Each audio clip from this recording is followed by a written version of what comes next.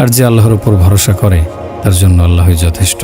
মুখ ফুটে কিছু না চাওয়ার পরেও মুসা আলাইহিস সালামকে আল্লাহ সুবহানাহু ওয়া তাআলা কল্পনাতীত উৎস থেকে রিজিক প্রদান করেছেন।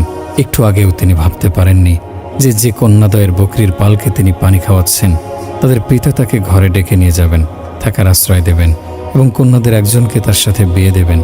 রিক্ত হস্তে আসা একজন দেশান্তরীকে মুহূর্তের মধ্যে আল্লাহ সুবহানাহু ওয়া তাআলা পাইয়ে দিয়েছেন জীবনে বাঁচবার জন্য যা কিছু দরকার তার সবটাই।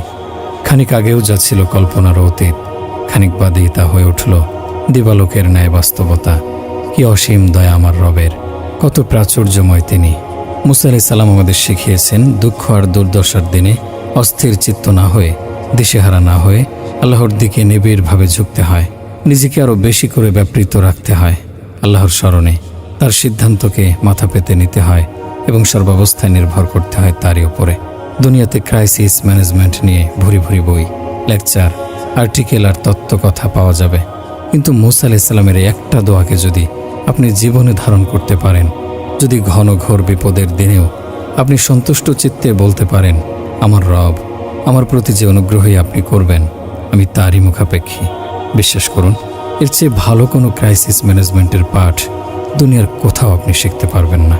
দরিয়ার কাছাকাছি এলে আমার দুজন পয়গম্বরের কথা মনে পড়ে, যাদের একজন মুসা আলাইহিস সালাম। মুসা আলাইহিস সালামের জীবনের গল্পটা একটু অদ্ভুত, অন্য নবী রাসূলদের চাইতে খানিকটা আলাদা। তার জীবনের শুরুটাই সংগ্রামের মধ্য দিয়ে। পাপিষ্ঠ ফিরআউনের হাত থেকে বাঁচাতে আল্লাহ সুবহানাহু ওয়া তাআলার নির্দেশে মুসা আলাইহিস সালামের মা একটা বাক্সতে পুরে শিশু মুসা আলাইহিস সালামকে দরিয়ার পানিতে নিক্ষেপ করেন।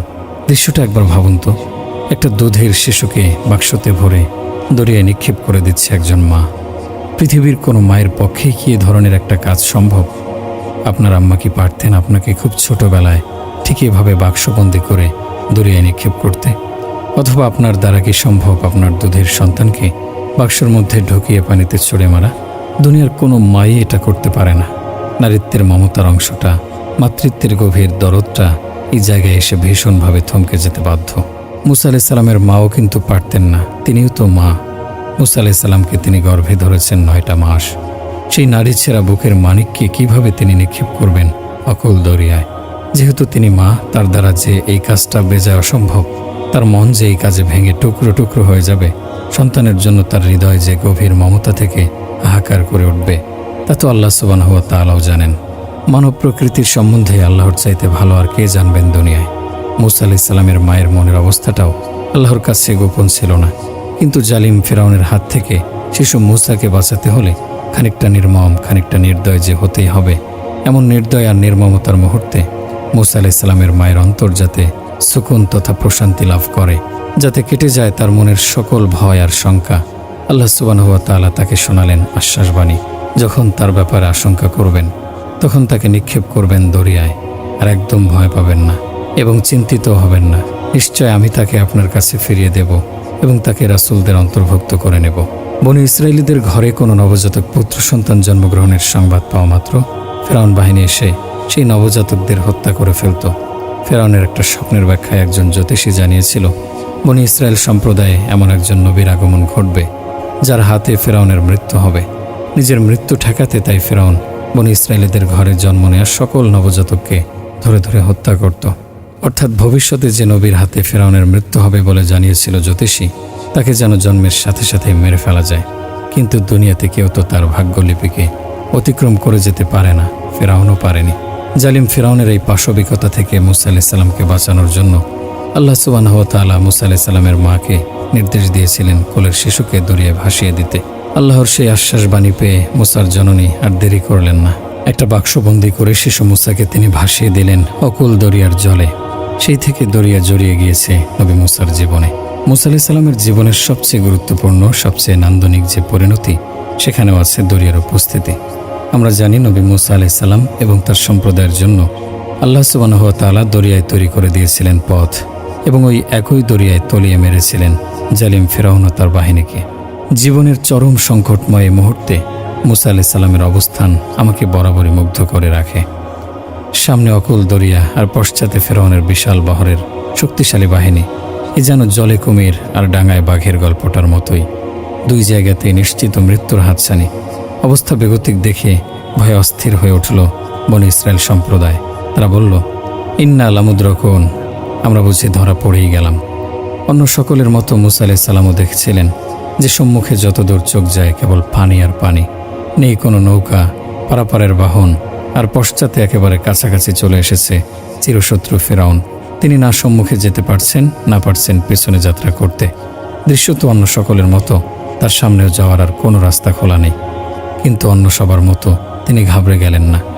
যদিও খালি চোখের সম্মুখে উপনীত বিপদ, এড়াবার কোনো পথ তিনি দেখছেন না, তবুও একেবারে নির্ভয় আর নির্ভার থেকে তিনি অন্যদেরকে আশ্বস্ত করলেন এই বলে যে, কাল্লা ইন্না মাইয়া রব্বি সায়াহদিন, কখনোই নয়, আমার রব আমার সাথে আছেন, তিনি শীঘ্রই আমাকে পথ দেখাবেন। সম্মুখে আকুল পাথার আর পশ্চাতে ঘাড়ের ওপর পড়তে যাচ্ছে শত্রুর নিঃশ্বাস। এর মধ্যে পথ কোথায় পাওয়া যাবে? পথ যে কোথায় পাওয়া যাবে তা মুসা আলাইহিস সালাম নিজেও জানেন না। তবে তিনি এটুকু জানেন, আল্লাহ সুবহানাহু ওয়া তাআলা তাকে পথ অবশ্যই দেখাবেন। এরপর যা ঘটল তা তো রূপকথাকেও হার মানিয়ে দেয়। আল্লাহ সুবহানাহু ওয়া তাআলা দরিয়ায় মুসা আলাইহিস সালামের জন্য তৈরি করে দিলেন পথ, আর পশ্চাতে যে শত্রু পিছু নিয়েছিল তাকে ডুবিয়ে মারলেন ওই দরিয়ার জলেই। ওই দিন মুসা আলাইহিস সালাম কল্পনাও করতে পারেননি যে তার জন্য আল্লাহ সুবহানাহু ওয়া তাআলা সমুদ্রের মধ্যে পথ তৈরি করে দেবেন। তিনি শুধু এটুকু জানতেন, তার রব তার সাথে আছেন, আর আল্লাহ সুবহানাহু ওয়া তাআলা যার সাথে থাকেন তিনি পথের কথা ভাবেন না, ভাবেন পথের মালিকের কথা। মুসা আলাইহিস সালামও পথের মালিকের স্মরণে বিভোর ছিলেন সেদিন। দরিয়ার কাছাকাছি এলে দ্বিতীয় যে পয়গম্বরের কথা আমার মনস্পটে ভেসে ওঠে তিনি হলেন নবী ইউনূস আলাইহিস সালাম। জীবনে এক সুকঠিন পরীক্ষার মুখোমুখি হতে হয়েছিল তাকে। উত্তাল সমুদ্র একদিন তাকে নিক্ষেপ করেছিল ফেনীল জলরাশিতে, আর নবী ইউনূস আলাইহিস সালামকে গলৎকরণ করে নেয় এক বিশালাকায় মাছ। গভীর সমুদ্রের তলায় একটা মাছের পেটে বন্দী হয়ে পড়াটাকে চোখ বন্ধ করে একবার চিন্তার মধ্যে আনবার চেষ্টা করুন। কেমন সে অবস্থা, ভাবতে গেলেও কেমন গা শিউরে ওঠে, তাই না? কল্পনা অতদূর পৌঁছতে হিমশিম খেয়ে যায়। কিন্তু সমুদ্রের সেই গভীরতম তলা থেকে, মাছের পেটের সেই নিশ্ছিদ্র বন্দিত্ব থেকে আল্লাহ সুবহানাহু ওয়া তাআলা ইউনূস আলাইহিস সালামকে ঠিক বাঁচিয়ে এনেছিলেন। যেখানে কোনো রাস্তা থাকে না সেখানে তিনি রাস্তা তৈরি করে দেন, যেখানে থাকে না বাঁচার কোনো আশা সেখানেও তিনি ফুরোতে দেন না প্রাণের ফোয়ারা, যেখানে কেবল অন্ধকার আর অন্ধকার সেখানেও তিনি জ্বালিয়ে দেন এক মুঠো আলো। তবে দুনিয়ার সকল অসম্ভবকে তিনি কাদের জন্য সম্ভব করে দেন বলতে পারেন? কোরআন বলছে, ওমাই ইয়াত্তাকিল্লাহা ইয়াজআল লাহু মাখরাজা, আর যে আল্লাহকে ভয় করে তিনি তার জন্য তৈরি করে দেন বিপদ হতে উত্তরণের পথ। দরিয়া আমাকে খুব করে টানে। নীল দরিয়ার জলের কাছাকাছি এলে আমার মনে পড়ে যায় মুসা আলাইহিস সালাম আর ইউনূস আলাইহিস সালামের কথা। আমার অন্তরাত্মার ভেতরে প্রশ্ন জাগে, আল্লাহ সুবহানাহু ওয়া তাআলাকে তারা যেভাবে ভয় করেছিলেন, যার কারণে সমুদ্রের বিপদ হতে তিনি তাদের উদ্ধার করেছিলেন অকল্পনীয় উপায়ে, সেরকম ভয় কি আল্লাহকে আমি করতে পারছি? জীবনে তো বিপদের অন্ত থাকে না, কিন্তু যদি আল্লাহকে যথাযথ ভয় নাই করতে পারি, কিভাবে আশা করতে পারি যে আমার জন্য তিনি বের করে দেবেন উত্তরণের পথ?